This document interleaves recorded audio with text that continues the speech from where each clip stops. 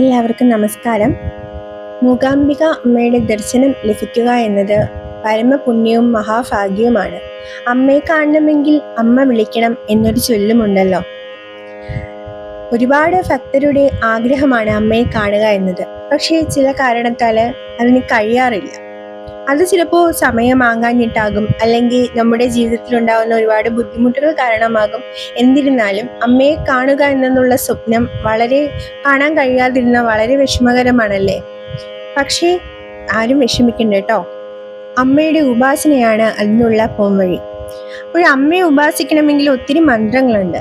എന്നാൽ ഈ ഒരു മന്ത്രം, ഞാനിപ്പോൾ പറയാൻ പോകുന്ന ഈ ഒരു മന്ത്രജപം അമ്മയുടെ അടുത്ത് നിങ്ങളെ ഉടനെ, അതായത് അമ്മയുടെ സാന്നിധ്യം, അതായത് അമ്മയുടെ ദർശനം നിങ്ങൾക്ക് ഉടൻ തന്നെ ലഭിക്കും എന്നത് ഉറപ്പാണ് ഈ ഒരു മന്ത്രജപത്തിലൂടെ.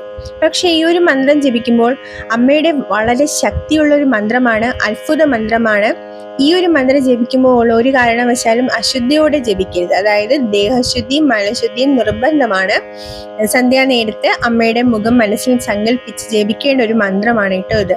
അതിശക്തമായ ഒരു മന്ത്രമാണ്. പഠിക്കുന്ന വിദ്യാർത്ഥികൾക്ക് ഇത് ജപിച്ചു കഴിഞ്ഞാൽ വിദ്യാ വിജയം ഉറപ്പാണ്, അതിനൊരു സംശയമില്ല.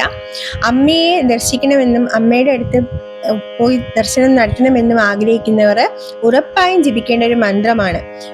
വീണ്ടും പറയുകയാണ്, ശരീരശുദ്ധി വളരെ നിർബന്ധമാണ്, മനഃശുദ്ധി. അപ്പോൾ മന്ത്രത്തിലേക്ക് കടക്കാം.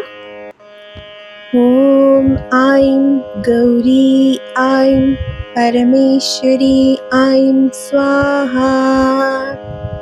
ഒരിക്കൽ കൂടി, ഓം ഐം ഗൗരി ഐം പരമേശ്വരി ഐം സ്വാഹ. ഓം ഐം ഗൗരി ഐം പരമേശ്വരി ഐം സ്വാഹ. ഇതാണ് ആ മന്ത്രം. ഇത് അമ്മയുടെ അതീവ രഹസ്യമായതും ശക്തിയാർന്നതുമായ മന്ത്രമാണ്. ഉറപ്പായിട്ടും ശരീരശുദ്ധി പാലിക്കുക. ശരീരശുദ്ധിയോടെ അമ്മയെ മനസ്സിൽ നന്നായി സങ്കല്പിച്ച് ഭക്തിയോടെ നിത്യവും ജപിക്കുക. ഉറപ്പായിട്ടും അമ്മയുടെ അടുത്ത് വേഗം ദർശന ഭാഗ്യം നിങ്ങൾക്ക് ലഭിക്കുന്നതാണ്. മൂകാംബിക അമ്മയെ ദർശിക്കാൻ എല്ലാവരെയും അമ്മ അനുഗ്രഹിക്കട്ടെ എന്ന് പ്രാർത്ഥിച്ചുകൊണ്ട് നിർത്തുന്നു. എല്ലാവർക്കും നന്മയുണ്ടാകട്ടെ.